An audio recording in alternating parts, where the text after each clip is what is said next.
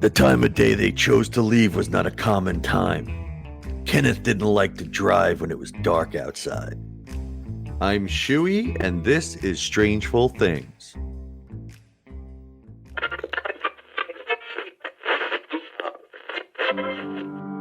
Sheltering in place is not advised, as your survival cannot be ensured in that scenario. Well, this practically caused me to just get you destroyed.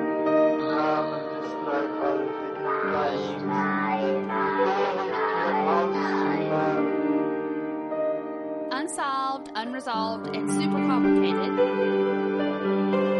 Strangeful Things. Welcome everyone to a very chilled version of Strangeful Things, where we're going to take Lego bricks of laughter and some of knowledge and use them to build an entire show. Hey, like that? Beautiful. Yeah. It is going to be gorgeous. Yep. Not like Minecraft. This is the full copyrighted Lego version. Oh, this is like that Lego show that's on now. Lego Masters. Building fuck that giant show. Amusement parks and shit. Yeah. Fuck them. So I'm Acadia Einstein here with one lone grackle, the only one that apparently obeyed the stay-at-home order so that he could record. Shuey, how's everything in your neck of the woods, Mr. Epicenter? Oh, it is. Yes. Being a New Yorker in the center of this hell is wonderful.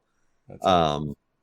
It's all been good. You know, I don't mind never leaving my house because my daughter is paranoid about everything and doesn't want me to get sick. So I'm actually on a stay in the house order. So So you don't even have to go to the store? No, that's pretty. I don't have to do anything. That's pretty sweet. Well, it's pretty sweet. It's driving everybody else nuts, though. Yeah, well. So, but you know, it's a pretty fucked up thing going on. So, you know, you got to deal with it. Yeah, my life is largely unchanged. You know, well, that's the thing. For the most part, other than not going to the store, it isn't a whole lot different. You know. Nope. I can't go to the rock climbing place. And yell outside and go, "Fuck you, rock climbers! Those aren't even real rocks." Yeah, I was gonna go whitewater rafting, but you know, it's just not the right time of year for it. Yeah, that's your style's really getting cramped. Well, this week we are headed to the wrong Portland, the one on the West Coast. And I say this because I'm from the correct Portland, the one in Maine. And Shuey, I know you've heard me tell this story to you, but too bad. And if you listen to the show, you probably... Please tell me again. Yeah. You probably heard me say it in the Jerry Brudos episode, which was also in Portland. Portland, Oregon was settled. Portland. Huh? The wrong Portland. Yes, the wrong Portland. Portland, Oregon.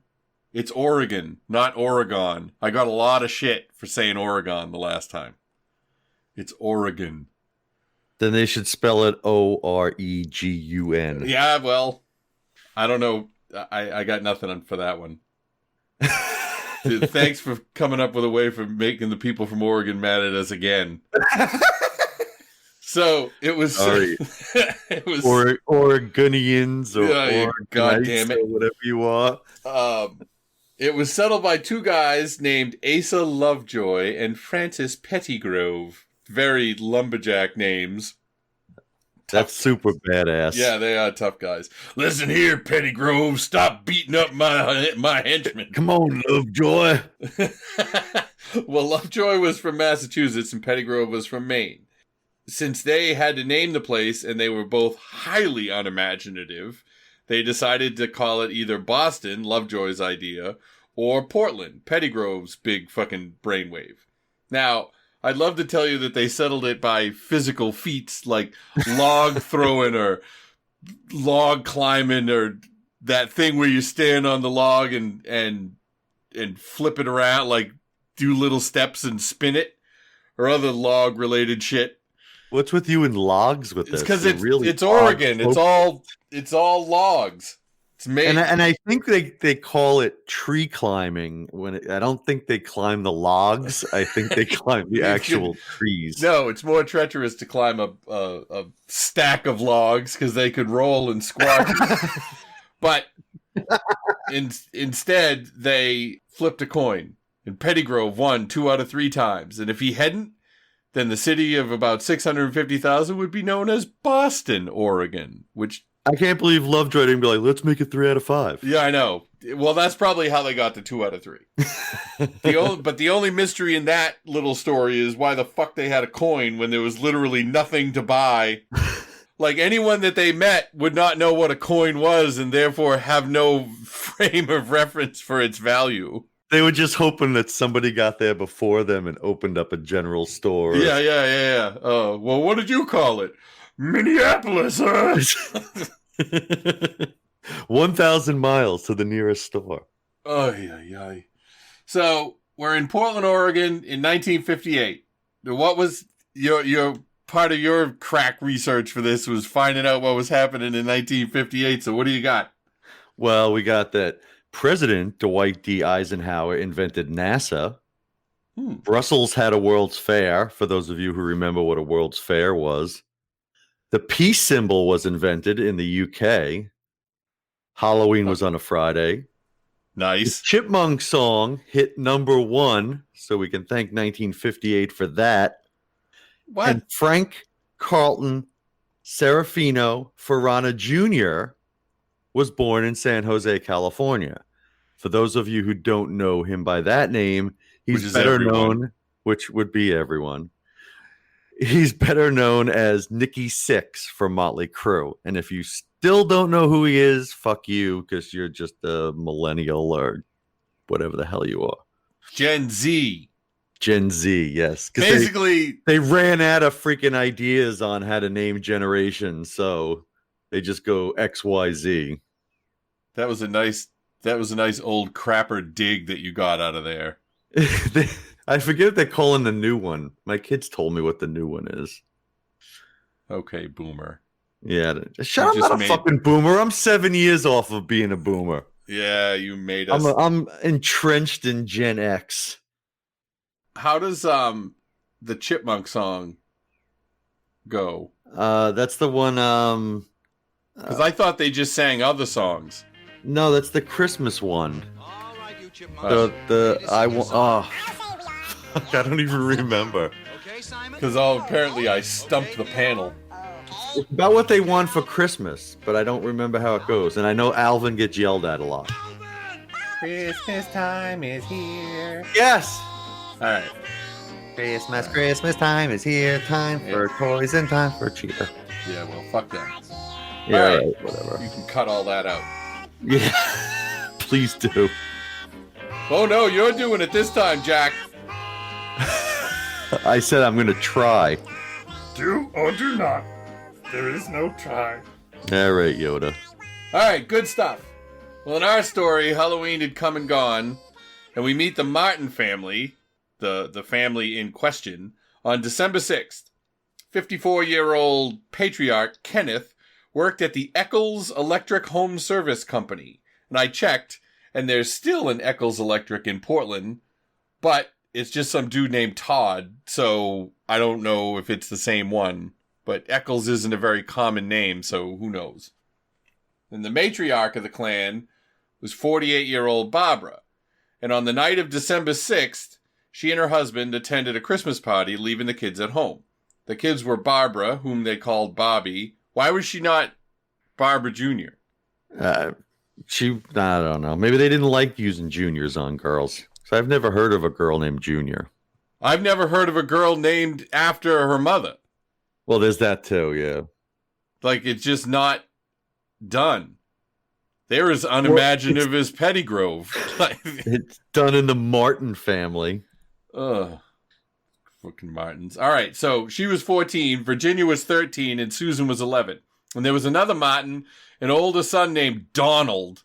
He was in the Navy, stationed in New York. New York. So he got in trouble when he was younger for stealing sporting goods. and money from a department store he worked at. But otherwise, he was clean. And the family, by all accounts, was pretty normal and, like, fucking vanilla. And everything was fine the night of the party. Ken even played Santa. Oh, Ken. Apparently that was a tradition. And the couple went home to their house at 1715 Northeast 56th Avenue as they had a trip planned for the next day. And according to Google Maps, which, since I'm a fucking investigator, I looked up, the house is still there, and the roof doesn't look very suspicious. Nothing nasty happening on the roof. There's not like the light went by. A smiley face with X's for eyes on it or anything. But the house directly north of it has a lot of shit in the backyard, so I suspect that they're trashy people. All I have in my backyard is the stupid fucking pool and the shed that's fallen down, and the mystery hole. What do you have? Well, I got a pool, and we have the pet cemetery from all the animals we've had in the house, but unfortunately, none of them have ever come back to life, so it's a pretty boring pet cemetery. Well, apparently dog shit doesn't have magical powers then. Well, you can't prove that. Well, we sound pretty ritzy that we both have pools, but yeah, mine's above the ground. Let's get. Oh, that's the fucking yeah. That's actually worse than not having a pool. Shut up. Hey, you want to jump up to the pool? Like, fuck that. I don't want to have to climb. Yeah, well, now it gets used about 2-3 times a year, so. Yeah, but it still takes the same amount of work, so you got that going for you. Yes. By the way, my pool, I've made a terrible mistake. And the only reason that we have this house is because of the pool. Because the pool made everybody else not want it. Like, I literally think we were the only fucking people that bid on this house when we bought it. Because it was too small for an established family. And It was too big for, like, if you had little kids, you're not going to want a pool with, like, fucking toddlers around. They'd just be drowning all day.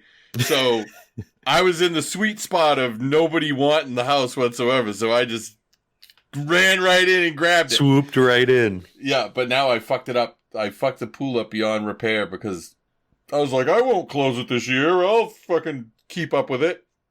And guess who didn't keep up with it? And now I have to let me think. pay. Yeah, fuck off. Because it's so green now that the pool guys were like, yeah, oh, you can't fix this yourself. And I'm like, really? Because I was just going to pour my little bag of shock in and go, oh, it'll fix it right up. But no, it looks like you could fucking walk on it. Oh, pour a bucket of shock in and see what happens. No, that's still not enough. There's not. They said that if I put enough shock in to kill the algae, that it would bleach the liner, like, white. Nice. You'll create a super fun site in your backyard or something. I'm fucked. And since we can't go anywhere, that's literally our only recreation, except for doing this. And this doesn't cool me off on a hot day. Anyway, that's enough digression. So, on December 7th, the day after the party, the Martins all piled into their 1954 Ford Country Squire station wagon to go on their outing.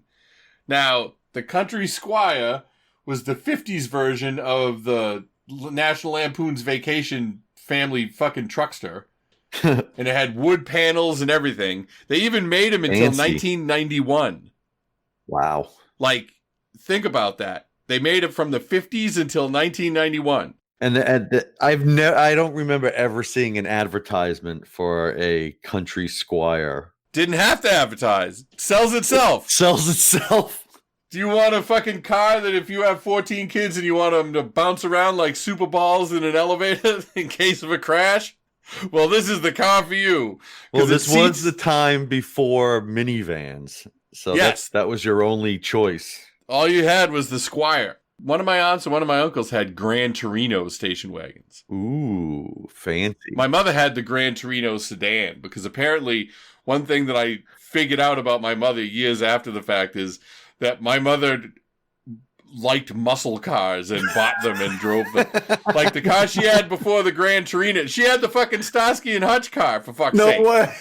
It wasn't stripe and painted that everything? way. Oh, no, okay. it wasn't. It was classy. It had a vinyl roof and opera windows and shit Oh, like that. that is nice. But before that, she had a Galaxy 500. I fucking wish I had that now.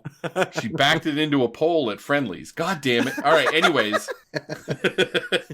So, this family is like a cartoon. Like, there's a bunch of kids and whatever like that, and they have a station wagon and all this kind of shit. So, they're going on their cartoon outings on a crafting expedition to the Columbia River Gorge. And what did you find out about that? Well, that's a national scenic area that's up to 4,000 feet deep in some places. It was carved out by the Columbia River, which forms part of the border between Oregon and Washington State.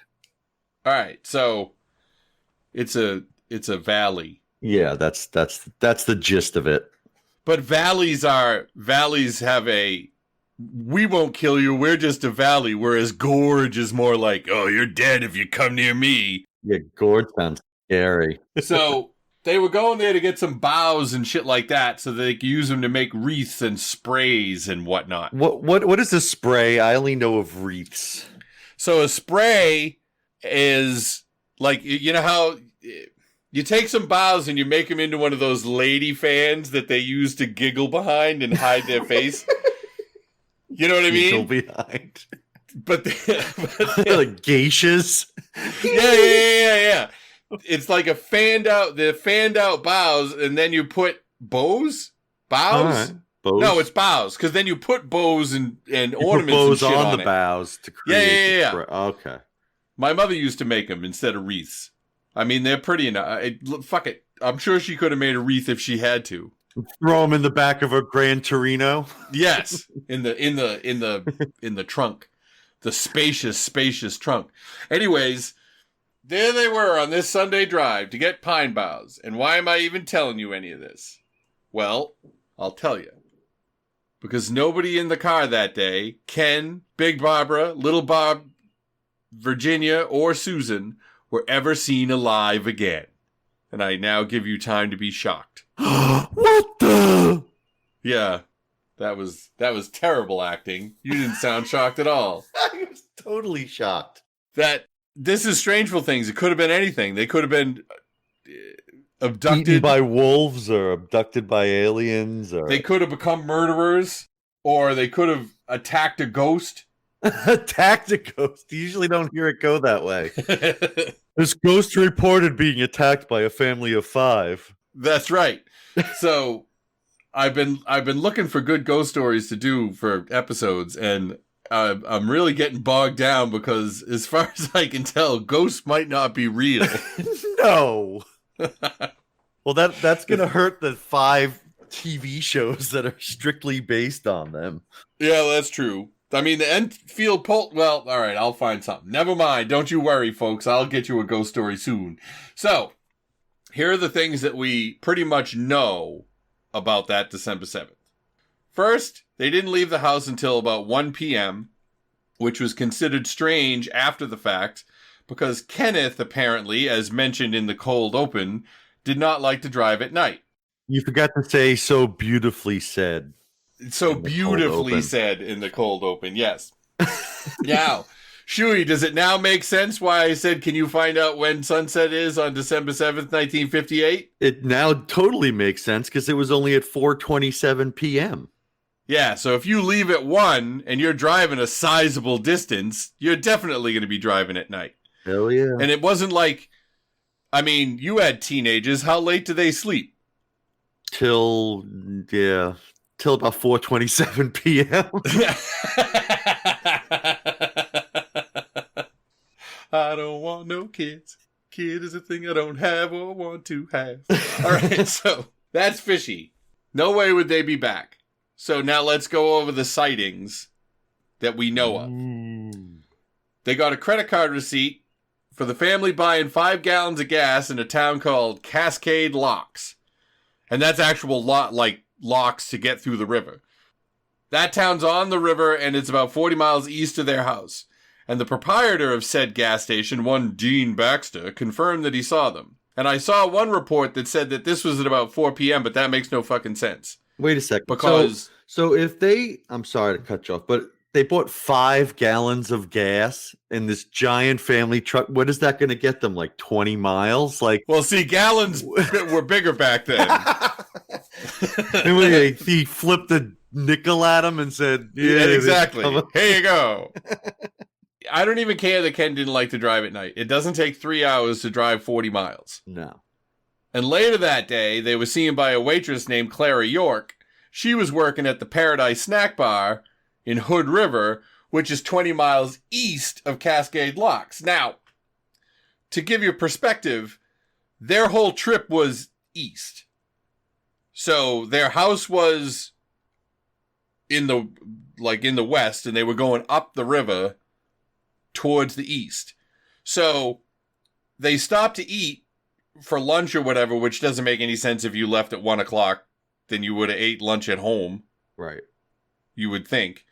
But then they were also seen 20 miles east of that. So they might have been on their way back at that point. I mean, that might make sense. But I don't know why you had to drive that fuck of a long way to find pine boughs when they had already passed literally millions of pine boughs, because everything in Oregon. Yeah. Wait, maybe no. There was a big. Oregon. I didn't. In my research, I didn't see if there was a big shortage of pine in 1958. No, there was plenty, folks. Pine. Yeah. So some people even said they saw the car with the family in it on the north side of the river, the Washington State side, at dusk. Which doesn't make any sense, because if the report that they were at the restaurant at 4 o'clock, they wouldn't have gone they could have gone across the river, but that doesn't make any sense to me. So I discard it. Just ignore it. Just throw it away. Eyewitnesses are terribly unreliable, so I'm not going to pay attention to them whatsoever. And that's kind of it. There's no other details of their travels that emerge from that day. According to a thing called the Charlie Project, which catalogs missing persons, Kenneth was between 5'10" and 6 foot and weighed 185 to 200 pounds. He was wearing a tan zip-up jacket and dark slacks. As slacks were the pant of the day. That's right. Working, remember Ace, who didn't wear jeans because they were work pants? We actually knew a guy. People wore suits to baseball games and shit. Yep, and we knew a guy when we were in college who got his first pair of jeans on the down low because he was so fancy that his parents called jeans work pants, so that he was not allowed to own any. Yes, he was at a different level than the rest of us jean wearing folk. And still is to this day. Good for him. Good for him. He's not doing one of these podcasts, to stay afloat. No, he's not. By the way, that's patreon.com/strangeful so that we can buy another pair of fucking work pants because we don't have any money. So Barbara was 5'4", 145 pounds, wearing a navy blue coat, a plaid jacket, a black print dress, and black shoes with medium heels. Now, we don't have any of the lady grackles on the show, so I'm going to assume that this isn't some weird fashion statement and they mean overcoat and like blazer. Because I don't know why. Sense. Yeah, I don't know why you wear a lot of sense. A coat and a jacket at the same time doesn't make any sense.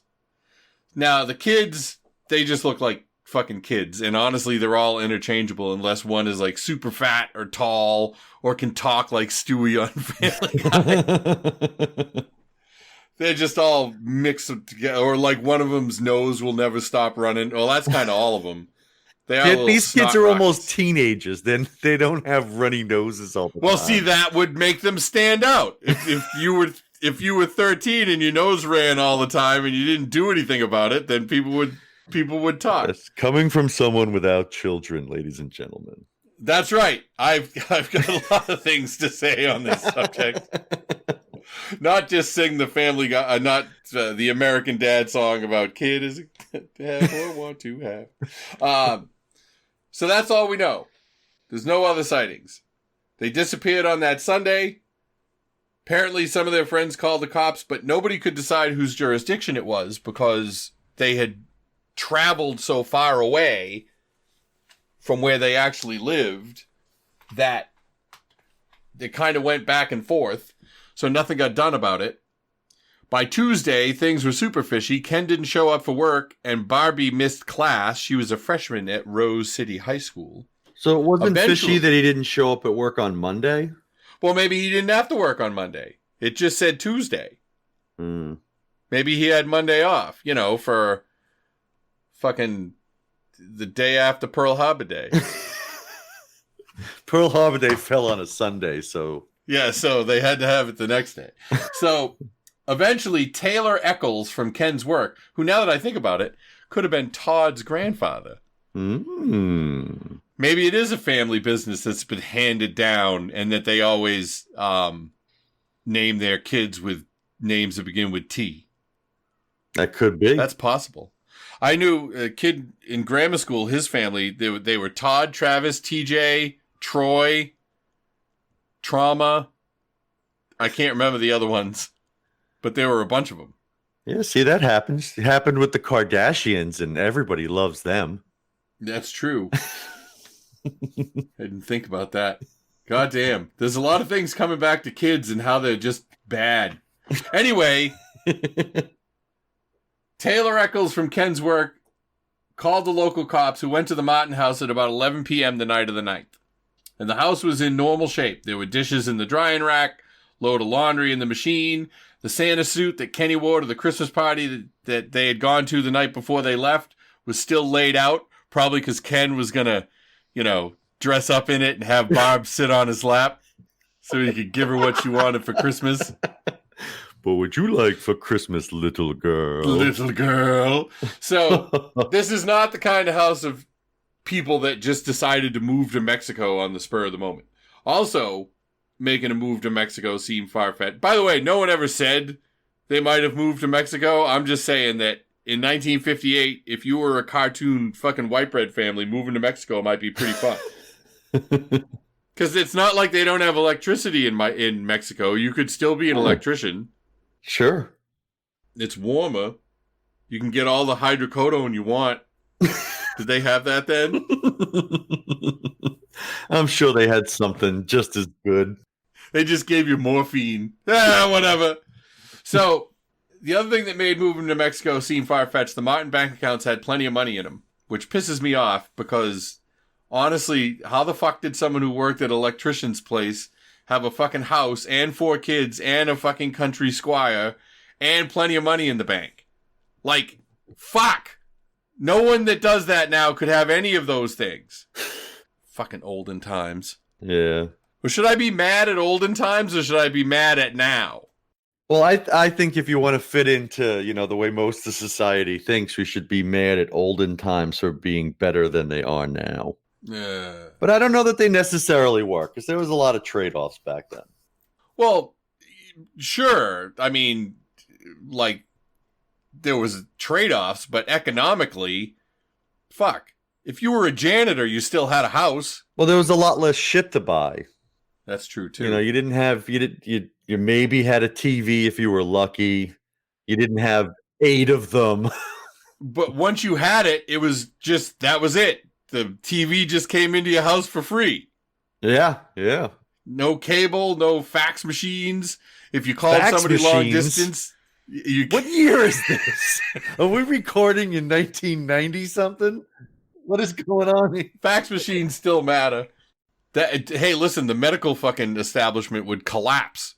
Well, it is kind of now anyway, but without fax machines, they'd be fucked. So, all right, go on. Anyways, the family's gone without a trace, and they were driving along a river. Easiest thing to think is that they're in the river, right?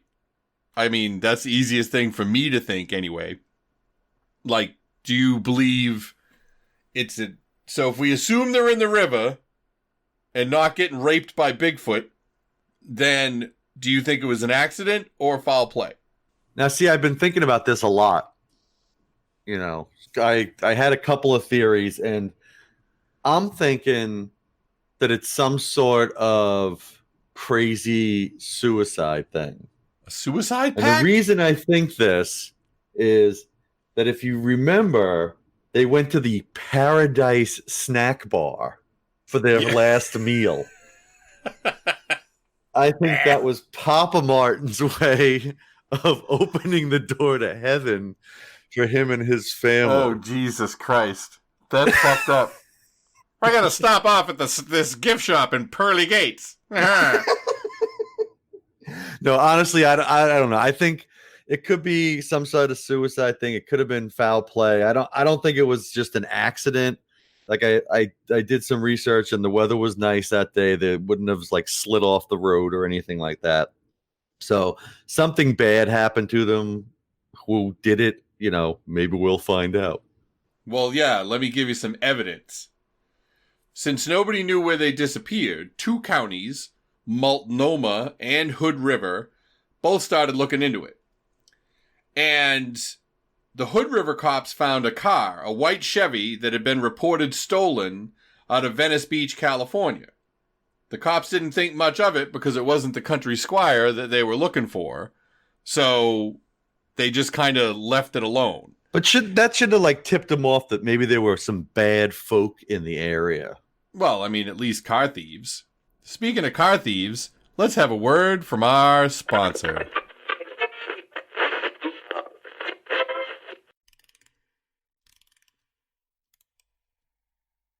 Hey guys, my name is Tara. And my name is Jessica, and together we co-host the podcast 3 Spooked Girls. If you love the paranormal Or murder. join us every Monday as we tell our listeners about a new spooky tale or true crime case. We'll have a special drink recipe each episode picked out by me for you to enjoy while we scare the hell out of you. You can find us on Apple Podcasts, Podbean, Spotify, Stitcher, or wherever the hell else you listen to podcasts. Come hang out with us and get your spooky on.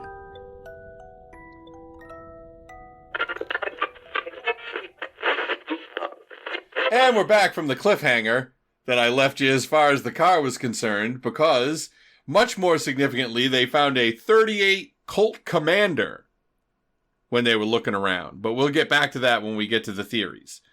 As for the cops, it was kind of complicated. Since they couldn't find the fucking Martins, they weren't sure if they were investigating, which would be a crime has been committed and we're finding out who did it. Searching, there are live people that we're trying to find. Or recovering, which is there are dead people that we're trying to find. Or some kind of mishmash of the whole thing. So you could still, even if it was an accident, you would investigate an accident. Right. And we know of one guy who was investigating. He was a detective in Multnomah County. And honest to shit, I wish that this was a video instead of a podcast so I could show a picture of him, because he looks like he fell off the cover of a true crime magazine. And his name was Walter Graven. That's right. I'm Walter Graven, and I am suspicious of all you lugs. And I'm going to crack this case if it's the last thing I do. Well, how do you plan on doing that, detective? I'll hit the streets, canvas, leave no stone unturned. Write shit down in a little notebook with a golf pencil. You know, detective stuff. Plus, I'll probably rough up some other lugs. Just for the hell of it. So, do you rough up lugs typically in your day-to-day work? I like to start off the day roughing up some lugs, even if I don't have a case going on, just to keep me, you know, in shape. You just go into a bar, and if there's anyone in there and it's 9 a.m, they deserve some roughing. Yeah, what are you doing in here at 9 a.m? Talk to me. Tell me what's going on. You know anything about the Martin family? Well, now that Graven's on the case, I already feel better. So, you, detective, figure prominently in this story as decades later, your notes and theories on the case is still being discussed. And part of the reason that we can't give all the info that's known on the disappearance of the Martins is that the case, spoilers, is still open. As for well, the I car, tried. I could have closed it if it wasn't for the people upstairs. If Actually, I could have lived 30 more years, I may have had a chance. So, as for the car, it turns out that it was boosted by a guy named Roy Light and another guy whose name has not been released because he could still be alive. The owner of the Paradise Snack Bar, the fucking end time place that Mr. Martin brought his kids to, who was acquainted with both Light and the unnamed guy, saw them in the restaurant on the 7th, and they apparently left about the same time as the Martin family. That's super suspicious. Super suspicious. Or it's a big fucking coincidence. At any rate... Yeah, either way. Yeah, you know. That's good detecting. It's weird that the two guys were never questioned. Dozen of the... At any rate, it's weird that the two guys were never questioned, even though Graves apparently liked them for being involved. So what do you get to say for yourself? Well, I was too busy roughing up some other lugs. These guys were kind of big, and I didn't want any trouble. His name was Light. He couldn't have been that big. Anyway, in February, a big piece of evidence was found. Tire tracks leading into the river were discovered, and this is where I found out about some neat shit that exists. Well, technically you found out about some neat shit that exists because of the one little piece of information I found. There are huge databases of mundane things, separate from the big ones like fingerprints and DNA, that law enforcement keeps for cases just like this. So, what ones did you find? Well, there is the Integrated Ballistic Identification System, IBIS, for bullets and casings. The National Automotive Paint File, which has over 40,000 paint samples and is kept by the FBI. That's a lot of fucking paint. That's a lot. Well, you know, every time they change the color a tiny bit, it's a whole new thing, right? So Yeah, I it suppose happens that's all true. the time. The Glass Evidence Reference Database, which has more than 700 glass samples, which doesn't seem like a whole lot, but Yeah, they've been making glass. No, wait. like Which is just older, all the paint or time. glass? I would say probably glass, right? I don't know. Well, no, because they painted on caves in olden times, and those caves Oh, didn't yeah. have windows, so I guess paint's older. They didn't have a lot of glassware back in their caves. No, but even so, like, But this is 700 automotive paint. That's only been around for like 130 Oh yeah, that's true too. years or something. But yeah, so the glass people are fucking slacking. Because maybe they're just like, well, we can't fucking tell it apart. Look at it. You see right through it. Well, it's fucking glass. What do you want? What else? Then there is the Soulmate, SOLEMATE, which has over 12,000 kinds of shoes, which is like my daughter's closet. That's soulmate. Hey, zing. Soulmate dot detective is that one. The rest of them are foot fetish sites. Yes, be careful when searching. Then there is Treadmate, which is just like Soulmate, but for tires instead of shoes. All right. Then there's the Forensic Information System for Handwriting, also known as FISH. That doesn't seem like, how the fuck? We might have to look into that for an episode because everybody's handwriting is different. Right. Like, so what's in the database? Is that what happens when you sign your taxes? Your signature goes into some big database? They're like, well, if he uses a big loopy L, then he's a sociopath. Oh, that's true. Fuck. Yeah, I don't know. That I'll have to tax look thing, that though, up. just freaked me out, though. They do have everybody's signature. Then you got the International Ink Library, which has more than 9,500 inks dating back to the 1920s when ink was invented. Oh. No, I know ink is older than that. Remember that documentary about Nostradamus where he was dipping a feather into the thing and writing out his predictions? They had ink. Don't try and trick me. And then there's the always popular ignitable liquids reference collection. Ooh. So A all that liquid stuff mixtape pretty is neat. ignitable. Except the glass one, that's kind of weak, but Yeah, the fucking glass people better get on the job. 700 types. Come on. We have over, like, the cops would show up. Ah, we found some unique glass here. What do you think? Nope. We got nothing. As a matter of fact, I'm going to digress for just a minute and call out the glass people because I'm going to a website that I know exists because I looked at it once. It's called Bendheim Cabinet Glass. Right? Mm-hmm. And they're not sponsoring us, I wish. But 3, 6, 9, 12, 15, 18, 21, You 24. count by threes. That's awesome. Hey, I'm kinda 27, 30, 33, 36, 39, 42, 45, 48. There's like more than 100 just on this site. If you go to BendheimCabinetGlass.com, which I don't give a shit if you do or not, because I don't know if you want glass in your cabinets, but they literally have like 100 different kinds of glass. They have 1/7 of the database. So the glass people really are fucking off. They need to step up. That was a long digression. But that's all right. The point of it was that Graves got the tires and some paint scrapings they found on a rock by the river matched to a 1954 Country Squire, and it had the same color scheme that the Martins one did. And according to Graves, there were no return marks to show that this particular vehicle returned and apparently was pushed or driven off this cliff.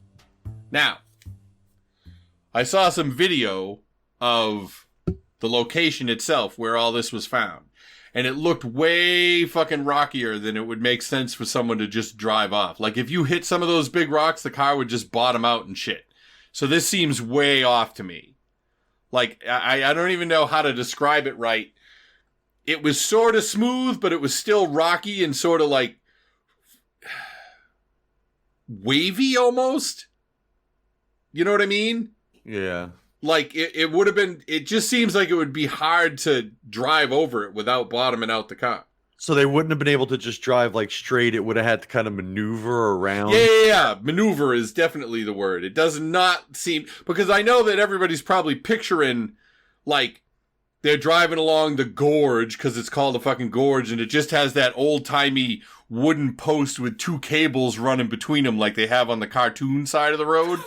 And that, like, if a bee flew in the car, he would have just went, whoa, driven off, and they would have plummeted like 500 feet. But this wasn't like that at all. I mean, it was kind of high, but there was a lot of room between the road and where the river was. So right. It doesn't make sense. So this is bringing up the big question as to whether or not it was an accident or bloody murder. But without bodies, we can't know enough. So I will get you some bodies, because that's the kind of guy I am. Always thoughtful that way. I really am. On May 1st, 1959, a boat dropped anchor downriver from where the tire tracks were found and hit, quote, something big. Now, I don't know how you base that, like, through the anchor rope, but it would seem to me that hitting something big is the whole fucking point of being an anchor. Like, the bottom of the river is big. That's pretty big. It would have been neat if the anchor had pulled up the car like a big fishing line, but it didn't. I got something. It's a big one. 5,000 pounds. Oh, it was just a boot. Oh, damn it. The next day, May 2nd, a couple out fishing said they saw what they thought were two bodies by Cascade Locks. I have to say that if I saw corpses in the water, I don't know what I would do. Like, I wouldn't jump in to get them because I would be too scared that if I touched them, my hand would just gush into them. Ooh. You know what I mean? Like they're all, like they look like they're all normal, but then they're just mush when you touch them. Oh. If I had a stick, I would try and snag their clothes. I don't even know. Well, I think if you had a stick, you'd want to at least poke it. Yeah, but if it was way out in the river, like, would you go into a dangerous river to get something that looked like it was already dead, or would you just tell somebody? I guess I'd tell somebody, but I'd still want to go near it and see it. I still want to try to get a longer stick. I still want to get I want to get a nice big stick and see if I can poke it. Well, on May 3rd, the body of 11-year-old Susan Martin was found on the riverbank, and the next day on May 4th, 13-year-old Virginia Martin's body was discovered at the Bonneville Dam. Oh. Both bodies were well west of where the tire tracks were, as well as where the boat anchor hit what the authorities believed to be the car. And that's the way the river flowed, was west? Yes. Okay. Because it's the opposite side of the country, the wrong weirdo side. Right, on the other side of the continental divide. Right. Which is, as everybody knows, the part where everything just slides off one way or the other, which is how we're all going to eventually be washed into the sea. Yeah, I think everybody knows Continental Divide by the John Belushi movie of that. Ridiculous. That's right, we're old. That's right, you sons of bitches. God damn it. Look that up on your IMDb. And so, both girls were identified by their dental records, and the official cause of death was ruled as drowning, but, according to the autopsy report, Virginia had another wound. According to the description of photograph 6 in the report, it showed... showing head with hole in head. Which does sound a bit redundant, because, you know, you're showing the head, so where else would the freaking hole be? Well, it could have been showing Marvin holding head with hole in head. So how did poor little Virginia get a hole in her head? Aww. Well, if you ask Detective Graven... It was murder, I tells you. Bloody murder. And I will prove it eventually. Which obviously we know that I don't. Poor Detective Graven. Don't stop trying, though, Detective. Went to my grave with this one. Ugh. Well, everyone figures the anchor knocked the bodies out of the car, so they went full ham again on the search, but they never found the car. The Army Corps of Engineers went so far as to lower the level of the river behind the Bonneville Dam 5 feet to make searching easier, but they still didn't find anything. But that shows you what a big deal this was. They arranged for the funerals for the poor little girls, which brings onto the scene the oldest brother, Donald. Remember Donald? The Navy guy from New York? Yeah. Well, he, claiming a mix-up on the dates, missed the funerals. What a good brother. He didn't miss Detective Graven, who wanted to talk to the young man. See, apparently, Donald didn't get along with his folks. And when Graven brought him in, Donald said he didn't think it was an accident either. According to Graven's notes, he said, I know of no one who would murder my folks. I know of no reason for it. But I don't see how it could have been an accident. Well, yeah, that's great, Donald, but you're also a shitbag. Because your sisters were cremated and their ashes lay unclaimed for 10 years. And then, I don't know, they got thrown away or spread on an icy walkway. I don't know what they do with them. With unclaimed ashes? Well, yeah. They for fuck's sake, they lost the autopsy photos, so we can't see the head with hole in head. So they just have the description in the paper, but the photos themselves are gone. They apparently goddamn half-assed everything back then. And Donald stayed shifty. According to his kids, he never talked about their grandparents or their aunts, which is fucking weird. But even weirder is how Graven figured that he was connected. So now this is I made up this quote, but tell us what you said anyway, Detective. I like Donald for it because the gun we found had been covered with blood. It was obviously used to kill someone, but since I am apparently incompetent, I never had it entered as evidence, and eventually we just gave it back to the mug who found it. That's good police work. That's why I'm in Portland and not in a real city. But we did trace the serial number. And what do you know? It was part of the stuff that Donald stole from the department store all those years before. So apparently, when somebody steals a gun, we still just call it sporting goods and don't really punish him for it. Coincidence? I don't fucking think so. I never really thought about that. It's a sporting good. It's a pistol. Yeah, well, did you ever play duck hunt? That's a sport. Use a pistol for that. And no shit, all that stuff about the gun is true. They never edited it as evidence, even though it was covered with blood.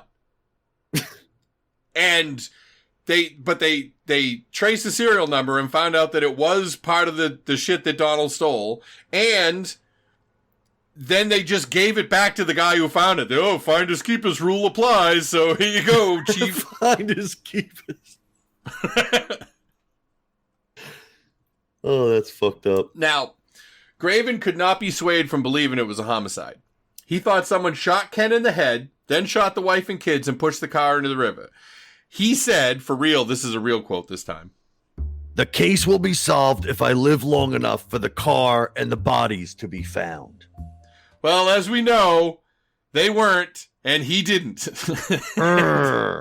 He retired in his 60s and he died in 1988. But like I said before, the case is still open. And Graven left one last tantalizing clue. In his notebook, it says, "Had to be planned by XXXX. No one else with a motive." And he didn't write XXXX like it was a fucking bottle of moonshine that did it. That's it was a strong name, shit. but it was scribbled out. The extra X is for blindness. According to one news story I watched, they computer enhanced the scribble, and the name is Donald. I'm not sure why he scribbled it out, but whatever. Donald inherited all their shit, so he would be the prime suspect.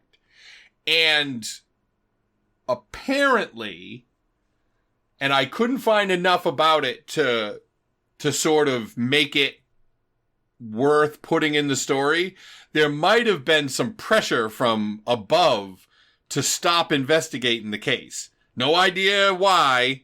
And basically, I'm just throwing that in there as a little tantalizing little piece at the end. But I did see one news report that went to interview Donald's kids, and they backed out at the last minute. So, any way you slice it, the Martins are still sitting in the bottom of the goddamn river in their country squire waiting for somebody to find them. And I personally hope they do, because even though he's dead now, I want Donald's kids to know if their father was a murderer or not. If I had only had more time. Yeah, well, if only you were immortal, Detective Graven. If only I was smart enough to keep the fucking gun. We could have DNA tested it at some point and had the friggin' answer. Yep, or if you would question the car thieves. Yeah, and there were no fingerprints on the gun? Like a gun covered in blood had no fingerprints on it? You know, I don't know why I made you the Detective Graven the hero of this story, because you seem like you kind of sucked. Hey, I was doing the best I could with 1958 legal expertise. Everything I learned from watching old Cagney and Bogart movies. Also, my main investigative technique was punching guys. If you couldn't rough it out of them, they didn't know it. They didn't know it. I'm gonna shake you and punch you until you tell me what's for. You just treated every suspect like the lady that was hysterical in Airplane. You just kept shaking her. Just shaking her. Slapping him in the face. Listen, you. So that is the story of the Martins, which is still one of the most famous missing person cases in all of Portland, Oregon. What do you think of that? I think it's a hell of a story. I just wish Graven had been a little bit better as a detective. A little bit more curious. Little bit more interested in, maybe just, put a couple of things together when he was looking into it. If it's true that there was some shenanigans and him being put off the case, that might explain why he didn't do some of the things that he didn't do. Or that could just be made up to make excuses for him. So, I guess there's no way we're ever really going to know. The gun thing is just incomprehensible that you have a gun, it's connected to somebody in the family, it's covered in blood, and it's still not something worth keeping around. For me, I would think that even if there hadn't been a missing family that everybody was talking about, a bloody any gun covered in blood would be evidence of something that they'd want to keep a hold of. And from the sounds of it, this Graven guy was probably like, this gun's a little dirty. Let me clean it off for you. Let's get it polished. I'll break it down, clean it out, give it back to you. It'll be in perfect shape for the next family you want to kill. So that's this story. I guess if you have any questions you want to talk about it, you can email us at strangefulthings@gmail.com. You can talk to me on Twitter at Acadia. You can talk to Shuey at ShueyTime, and that's SHOOEY. We'll be back next week with another, hopefully, ghost story, but I don't know. Ooh. Oh, no, wait. Next week is you, isn't it? Ooh, be prepared. Oh, Shuey's getting his storytelling cherry popped. Oh, the first Shuey original. This is pretty exciting. Well, all right. I'm very excited. I guess that's it. And everybody have a good week. Stay safe. Stay home. Save Halloween. That's my goal. As we're recording this, it is the beginning of April in 2020. So people from the future, when you're listening to this, you know what was going on in the country about that time. My prediction is the best we can do is hope to save Halloween. Everything between now and Halloween is going to be a complete fucking shit show, but they're going to not want to fuck up the election. So since Halloween is right before that, it's going to be fine. Let us hope. That's what I got. So I guess that's it. Everybody, we'll see you next week. Take care, everybody. Be safe. Bye-bye. Bye.